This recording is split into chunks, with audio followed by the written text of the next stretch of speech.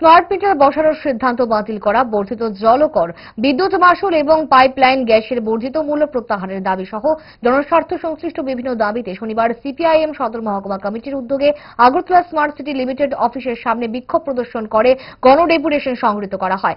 সেখানে বক্তব্য রাখতে গিয়ে প্রাক্তন মন্ত্রী মানিক দে বলেন, জল ও বিদ্যুৎ মানুষের অপরিহার্য অঙ্গ, কিন্তু পরিষেবা দেওয়ার ক্ষেত্রে কোনো উন্নত পরিকল্পনা নেই।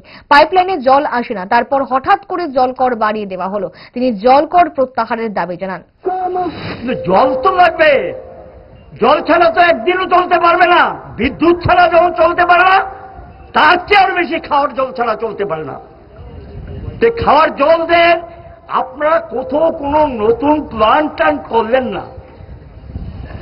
মানুষকে পরিশ্রুত পানীয় জলের তেমন কিছু নতুন অ্যারেঞ্জমেন্ট করেছেন বলে তো দেখা নেই। তো হঠাৎ করে জল করটা বাড়িয়ে দিলেন 10 টাকা, 20 টাকা, 30 টাকা। আমি এটা নিয়ে প্রশ্ন তুলছি না, যেটাই বাড়িয়েছেন এটা দিয়ে একবারে বিরাট কিছু হয়ে যাবে আমি এটা মনে করি না।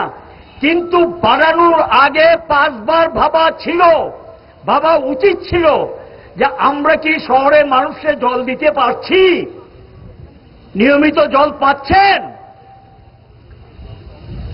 মানুষ যদি নিয়মিত পরিষেবা পায়, কোনো বৃদ্ধি মানুষ মেনে নেয় মানুষ যে ঠিকই আছে, আমি তো পরিষেবাটা নিচ্ছি, আমাকে তো কিছু দিতে হবে।